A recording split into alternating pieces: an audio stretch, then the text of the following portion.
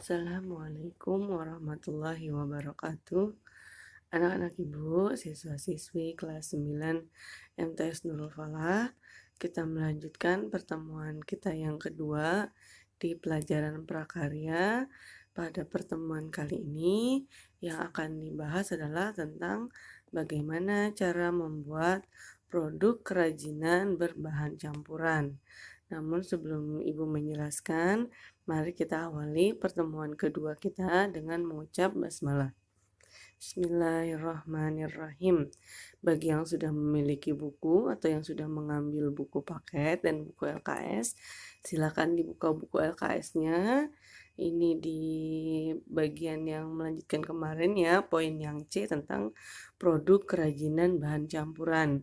Pada pertemuan kali ini yang akan dibahas adalah pertama kerajinan dari bahan logam. Pada pertemuan minggu lalu sudah dijelaskan bahwa bahan campuran berarti kerajinan yang terbuat dari bahan yang berasal dari bahan lunak maupun bahan yang keras. Sehingga ketika dipadukan menjadi sebuah produk kerajinan yang menarik dan bisa menghasilkan keuntungan jika dijual.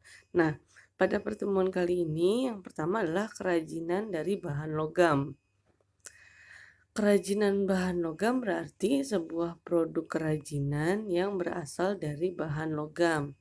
Nah, di sini ada keterangan bahwa logam memiliki sifat dan kegunaan masing-masing. Sampai saat ini terdapat 65 logam yang terbentuk secara alami di bumi. Namun, hanya sedikit yang dapat dimanfaatkan dengan cara yang benar. Logam yang dapat dimanfaatkan ini hanya mencapai 20 buah, baik yang berdiri sendiri maupun sebagian dari alloy atau campuran dari 2 buah logam atau lebih dan zat lainnya. Jadi, logam ini sejenis bahan sumber daya alam yang berasal dari bumi, namun ada yang murni benar-benar logam, berupa biji logam, ada juga yang campuran dari alloy atau bahan lainnya, gitu ya. Nah, produk kerajinan yang berasal dari logam diantaranya emas terdapat di Kalimantan Selatan. Nah, ini berarti benar-benar hasil dari logam berupa apa? Emas, ya. Kemudian Jawa. Selain lagi kerajinan perak. Perak tuh berarti yang warnanya putih ya. Emas, perak. Nah, kalau emas kan kuning, kalau perak warnanya putih. Terdapat di Jogja, Sumatera Barat, dan Bali. Sedangkan jenis logam lainnya seperti titanium, tembaga, baja, dan sebagainya banyak tersebar pula di seluruh Indonesia. Nah, jadi yang namanya logam itu jenisnya banyak. Ya, bisa berupa emas, bisa berupa perak, titanium, tembaga, bisa juga berupa baja. Sedangkan teknik yang digunakan untuk menggunakan kerajinan logam menggunakan bahan logam seperti besi, perunggu, emas, perak, dan lain yang dikehendaki. Jadi itu caranya gitu ya, dan lain-lain.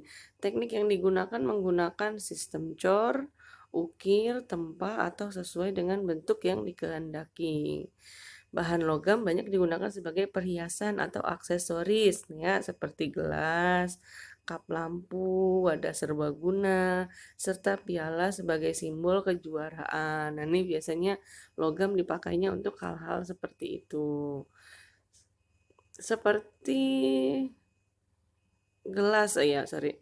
Kemudian sifat logam adalah keras sehingga dalam pengolahannya memerlukan teknik yang tidak mudah. Logam kan keras gitu ya. Nah, misalnya diolah dengan teknik bakar. Dibakar dulu baru dicetak karena kan dilelehkan gitu ya, kemudian baru dicetak. Nah, di bawah itu ada contoh kerajinan berbahan dasar logam. Pertama itu wayang ya. Jadi patung wayang, nah itu dari gabungan dari tembaga ya. Sampingnya ada kap lampu nih. Di zoom sama ibu ya, dibesarin. Nah, ini adalah kap lampu yang kedua, dan yang ketiga seperti gambar belati atau pisau ya. Kita lanjut. Yang berikutnya adalah kerajinan dari bahan plastik. Kalau tadi logam, selanjutnya adalah bahan plastik. Plastik merupakan bahan yang paling banyak berada di lingkungan. Berasal dari kemasan produk. Tahu ya, seperti pewangi pakaian, sabun cair, biskuit, minuman, dan lain-lain.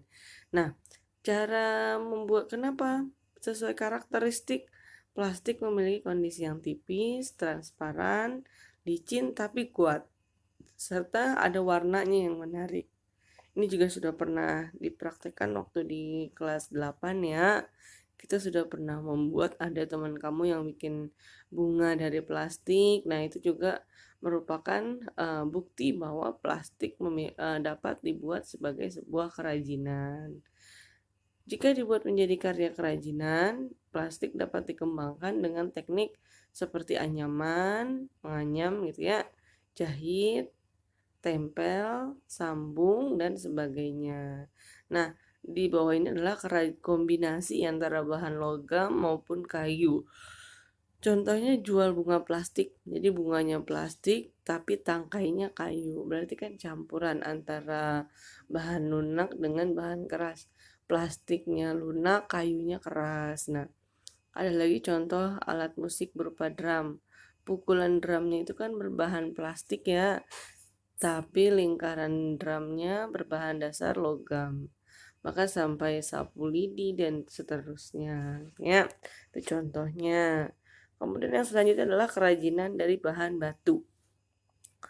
Batu yang digunakan sebagai kerajinan selain batu permata atau batu mulia, ada yang namanya batu akik. Ini yang biasa dibuat untuk cincin gitu ya, yang kemarin sempat viral. Batu permata sebenarnya sebuah mineral atau batu yang dibentuk dari hasil proses geologi yang unsurnya terdiri atas satu atau beberapa komponen kimia yang mempunyai harga jual tinggi dan diminati oleh para kolektor. Sebelum dijadikan perhiasan atau kerajinan, batu harus dipoles terlebih dahulu.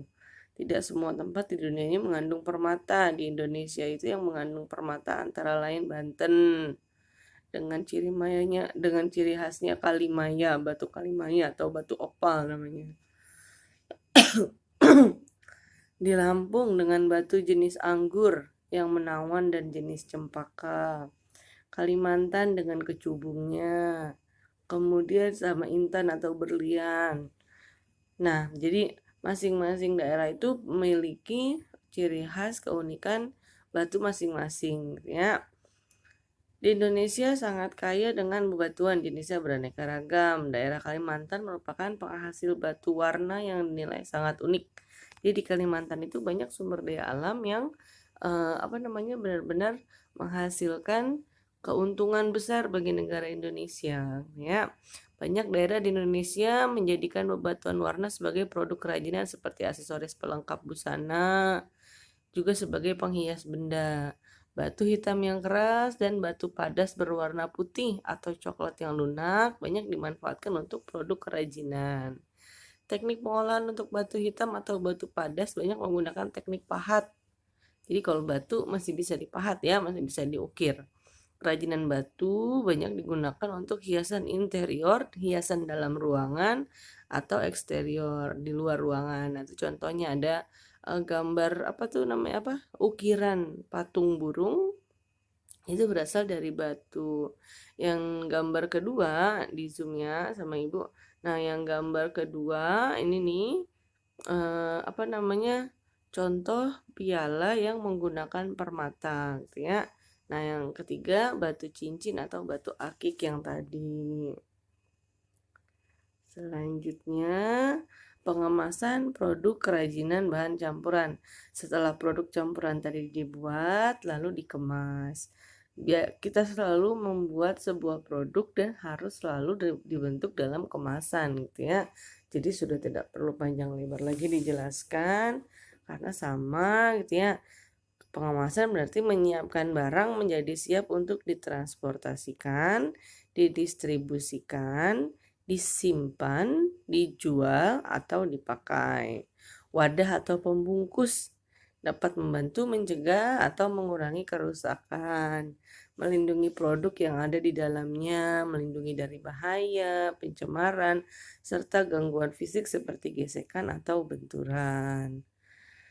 Pengemasan berfungsi untuk menempatkan suatu hasil pengolahan atau produk industri agar mempunyai bentuk yang memudahkan dalam penyimpanan, pengangkutan, dan pendistribusian. Tujuannya pertama, kemasan memenuhi syarat keamanan dan kemanfaatan. Jadi kemasan juga harus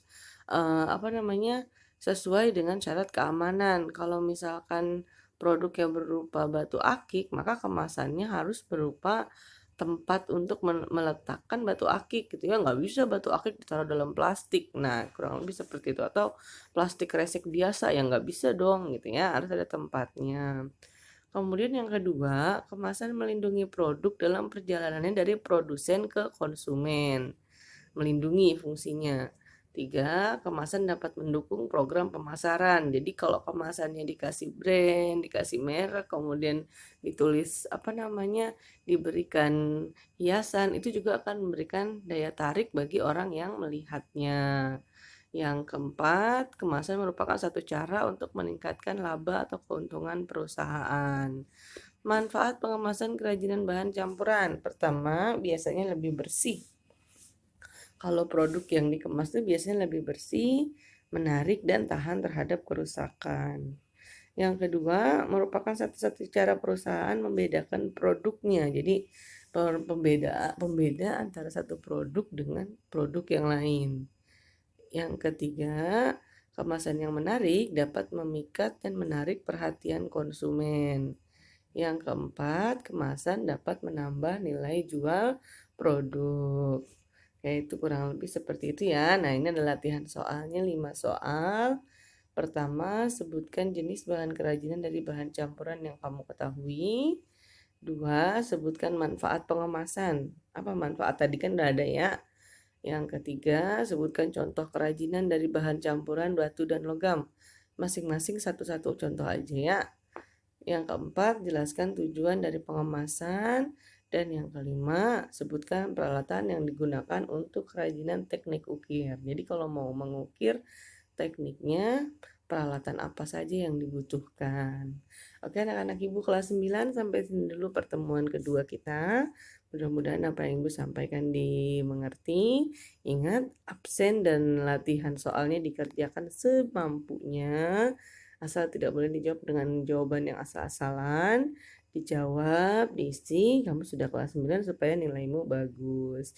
Terima kasih, tetap menjaga kesehatan, hindari dari perkumpulan atau kerumunan, kurangin main game online, tetap semangat. Assalamualaikum warahmatullahi wabarakatuh.